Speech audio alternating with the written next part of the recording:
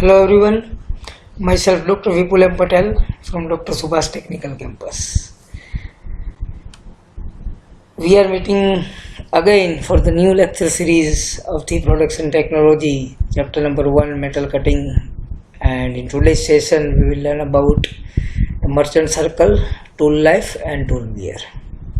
So what is the importance of the merchant circle, why we are using it, to understand the different forces acting on the metal cutting, and what is the importance of the tool life and tool wear.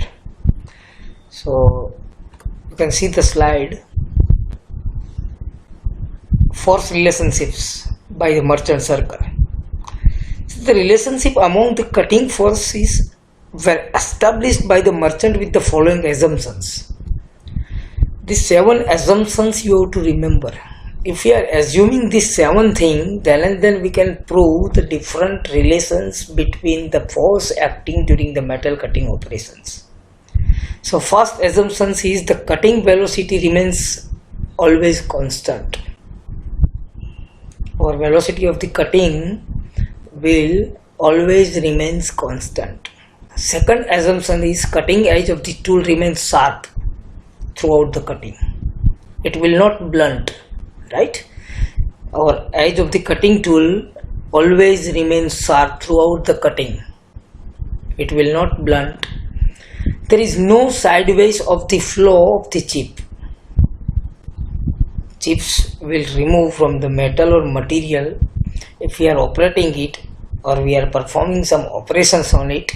Then there is no sideways of the chip or sideways flow of the chips. Fourth one, that is only continuous chips is produced. There are no discontinuous or no built-up edge. Next thing is also that there is no built-up edge. No consideration is made of the inertia force of the chip. Sixth one, there is no consideration is made of the inertia force of the chips. That we are not considering during this theory. Seventh consideration is the behavior of the chip is like that of a free body which is in the state of the stable equilibrium under the action of 2 resultant forces which are also equal and opposite. If we will get the same resultant force are acting in another ways of this during metal cutting operations, then we will get the same resultant. Then the behavior of the chip is like that, the free body. We can say that, right? So now different relationship or force relationship we can see. You can see the figure.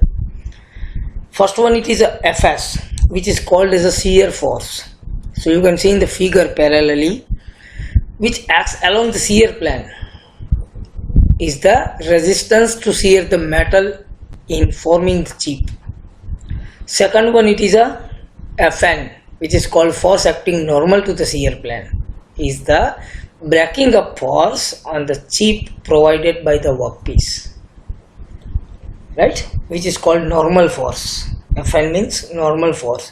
If there is some force will be in acting condition which is called shear force, then we have to give the pressure against it with this, which is also called the normal force. F is the frictional force. So frictional resistance of the tool acting against the motion of the chip as it moves upward along the tool. It is frictional resistance or frictional force, we can say that. And it is a normal to the chip force is provided by the cutting tool, right? So जो हम बात कर रहे थे कि हमें कोई पण फोर्स अगर मिलता है, कोई हमें फोर्स लगाता है, तो हमें उसके सामने नॉर्मल एक्ट करना होगा, नॉर्मली तरीके से उसको प्रेशर को फोर्स के अगेंस्ट में प्रेशर रखना पड़ेगा, तभी हम कोई भी सिचुएशन में खड़े रह सकते हैं, right? So that is normal force. Fc means horizontal cutting force or cutting force we can say, which is exerted by the cutting tool on the workpiece. And Ft, that is vertical or tangential force, which helps is holding the tool in position and act on the tool nose. So you can see the formula, resultant is equal to normal force plus force. or we can say frictional force. So we will get the resultant. In another condition, frictional shear force plus normal acting force, we will get the same resultant. Then if our both the resultants are same for equilibrium condition, then we can say it is the important between different force acting during the metal cutting operations, right? It is the Merton circle. See how it may produce during the different cutting conditions, that we will discuss with the use of one video. So that video I will show to you people.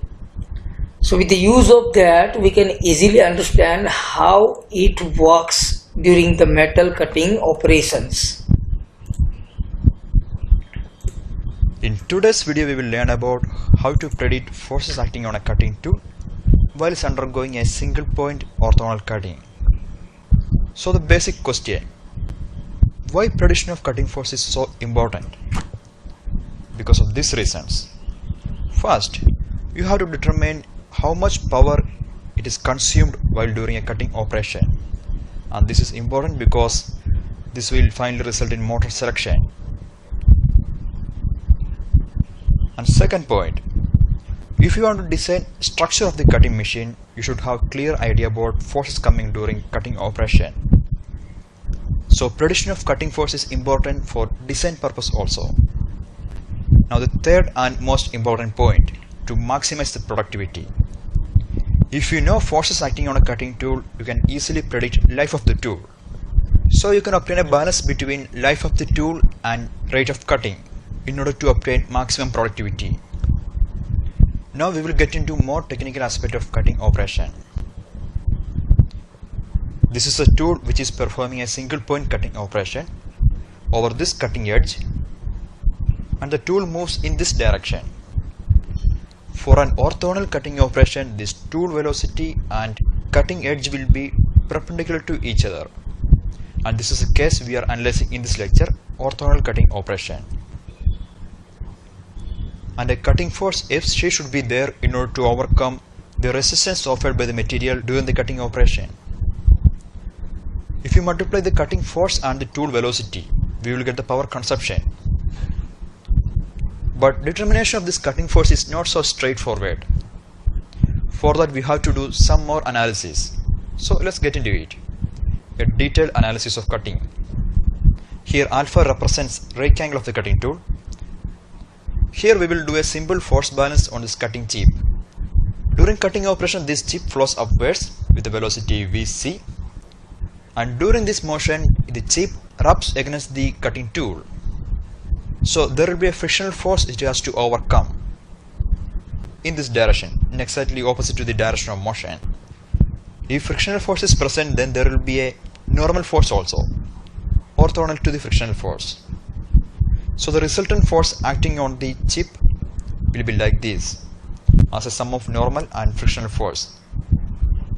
And you can determine the friction angle beta if you know the coefficient of friction between chip surface and cutting tool surface.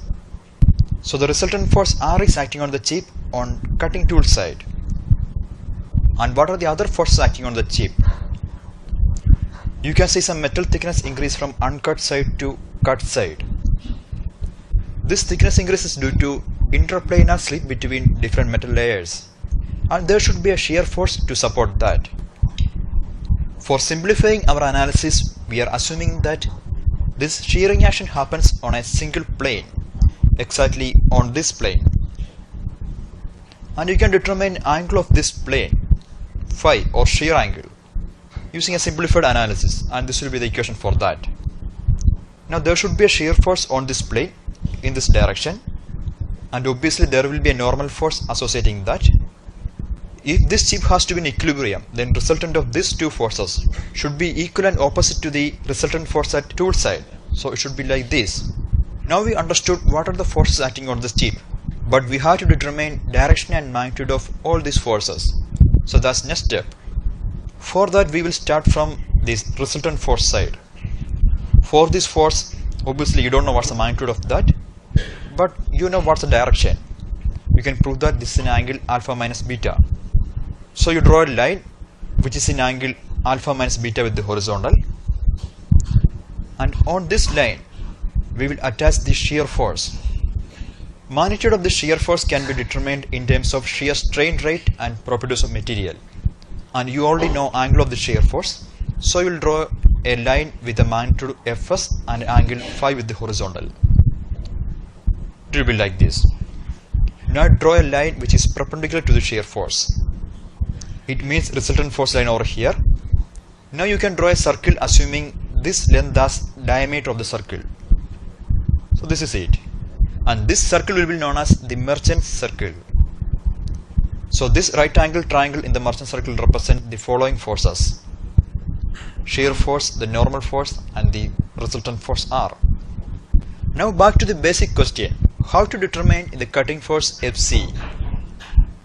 We know cutting force is parallel to the tool motion, so what we have to do, we will just mark a parallel line over here like this. So this will be the magnitude of cutting force. If you draw one more line orthogonal to the cutting force, that will be known as thrust force.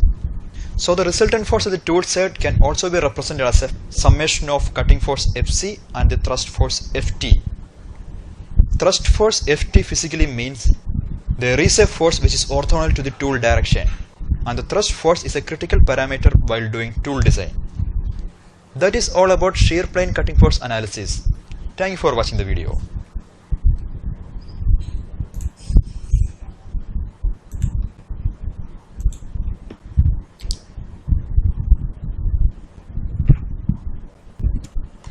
So I hope with the use of this video, I hope you understand how it becomes merchant circle. If we are discussing about the different forces acting on the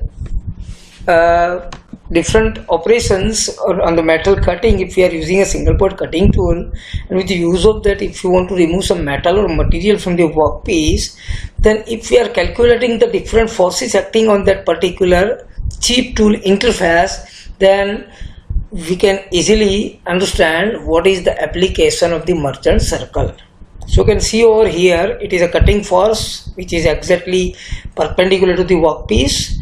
So with the use of that, we can easily find the tangential force which is orthogonal to the cutting force, or here you can find the shear force exactly orthogonal, it is a normal force.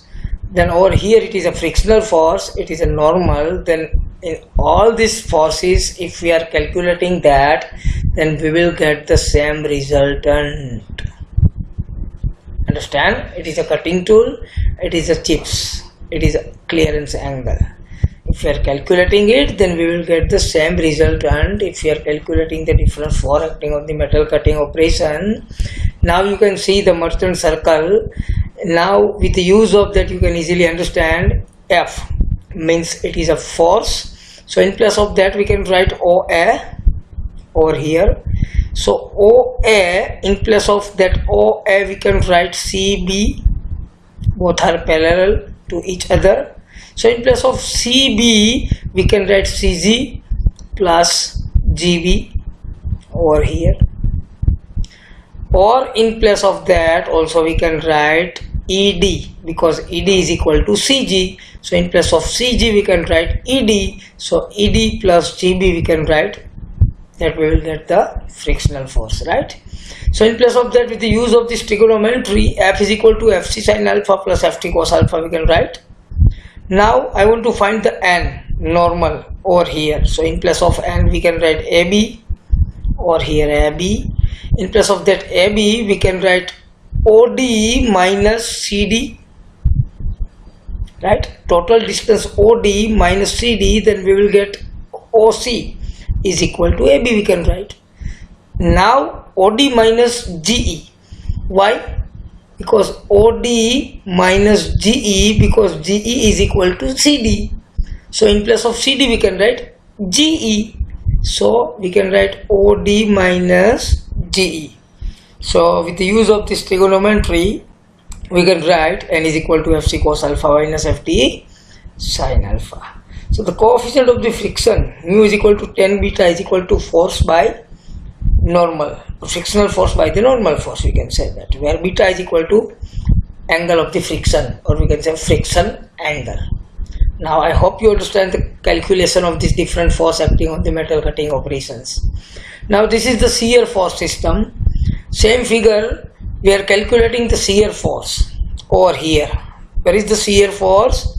Shear force is over here. So shear force is equal to OA, we can write OA. In place of OA, we can write OB minus AB. Total distance OB minus AB, then we will get OA. Understand all of you? So now AB is equal to CD. So in place of AB, we can write CD. So we will get OB minus CD is equal to OA. So we will get the shear force. Shear force is equal to FC cos phi minus FT sin phi, that we can write with the use of the trigonometry. Now normal force against the shear force, it is over here, which is orthogonal to the shear force, right? AE over here, AE. So it is a normal force. So in place of AE, we can write AD plus DE. So now AD is equal to BC. So in place of that, we can write BC plus DE. So with the use of the trigonometry, we will easily find the normal force FC sin phi plus FT cos phi. So also like same, Fs tan phi plus beta minus alpha we can write. This is a shear force system. In previous slide, we have already discussed about the frictional force system. So with the use of that merchant circle, we can easily define the F is equal to Fc sin alpha plus St cos alpha, and means normal force is equal to Fc cos alpha minus Ft sin alpha. Shear force is equal to Fc cos phi minus Ft sin phi. Normal force against the shear force is equal to Fc sin phi plus Ft cos phi. And final one, Fn is equal to Fs tan phi plus beta minus alpha. It is the importance of the merchant circle, and we already discussed how it becomes, how we can calculate the different relations between different force acting on the metal cutting or different operations with the use of the single point cutting tool. So this is the importance of the merchant circle. Now tool life. So anyone can tell me what is the importance of tool life and what is tool life? First of all, what is tool life? See, tool life is the time a tool will operate satisfactorily until it is dulled.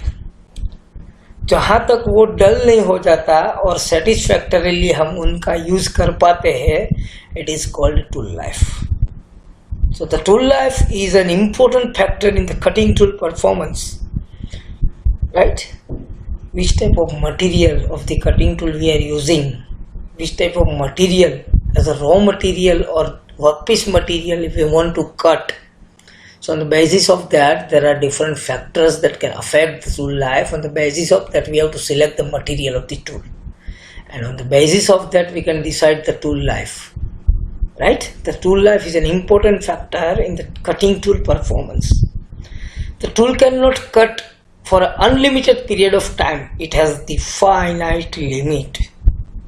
And also we can say that the blunt tool causes a chatter in the machining, poor in the surface finishing, increasing the cutting force, power consumption will be high or increase, and overheating of the tool.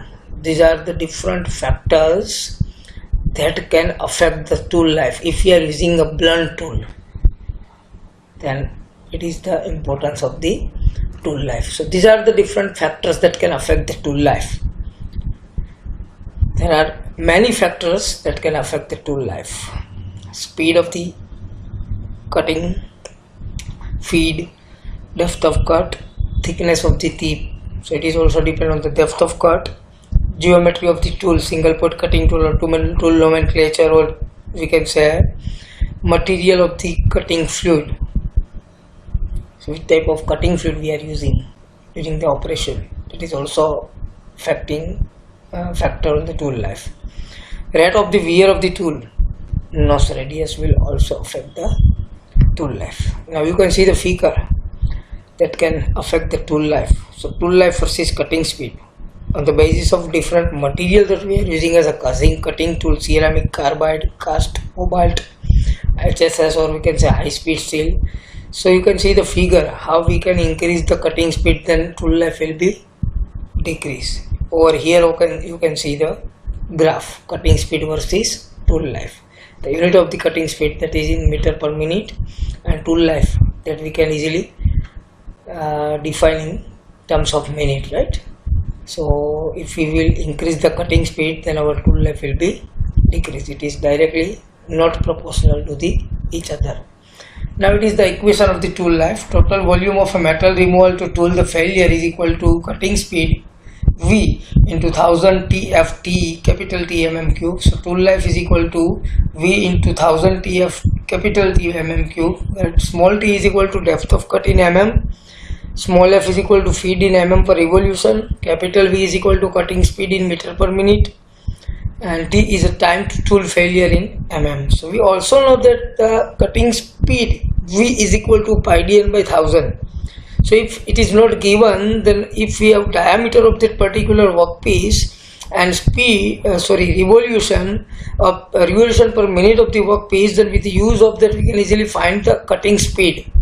V is equal to pi dn by 1000 meter per minute. So where capital D is equal to diameter, if it is given, revolution is also given, or workpiece revolution is also given. So with the use of that we can easily find the cutting speed, and with the use of that we can easily find the cutting tool life, right?